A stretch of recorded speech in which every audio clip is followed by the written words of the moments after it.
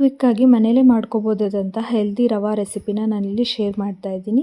ಅಂದರೆ ರವಾ ರೋಟಿ ರೆಸಿಪಿನ ನಾನಿಲ್ಲಿ ಶೇರ್ ಮಾಡ್ಕೊಳ್ತಾ ಇದ್ದೀನಿ. ಇದನ್ನು ಮಾಡೋದಕ್ಕೆ ನಾವಿಲ್ಲಿ 1 ಕಪ್ ಚಿರೋಟಿ ರವೆನ ತೊಗೊಂಡು ತುರಿದಿರೋ ಕ್ಯಾರೆಟ್, ಚಿಕ್ಕದಾಗಿ ಕಟ್ ಮಾಡಿ ಇಟ್ಕೊಂಡಿರೋವಂಥ ಹಸಿ ತೆಂಗಿನಕಾಯಿ, ಹೆಚ್ಚಿರೋ ಈರುಳ್ಳಿ, ಹಸಿಮೆಣಸಿನಕಾಯಿ, ಕೊತ್ತಂಬರಿ ಸೊಪ್ಪು, ಕರಿಬೇವು, ಉಪ್ಪು ಹಾಗೂ ನೀರನ್ನು ಸ್ವಲ್ಪನೇ ಹಾಕ್ತಾ ಕೈಯಲ್ಲಿ ಉಂಡೆ ಬರೋ ಥರ ಕನ್ಸಿಸ್ಟೆನ್ಸಿಯಲ್ಲಿ ಕಲಿಸ್ಕೊಂಡು ಇದನ್ನು ಒಂದು 5 ನಿಮಿಷ ನೆನೆ ಹಾಕಬೇಕು.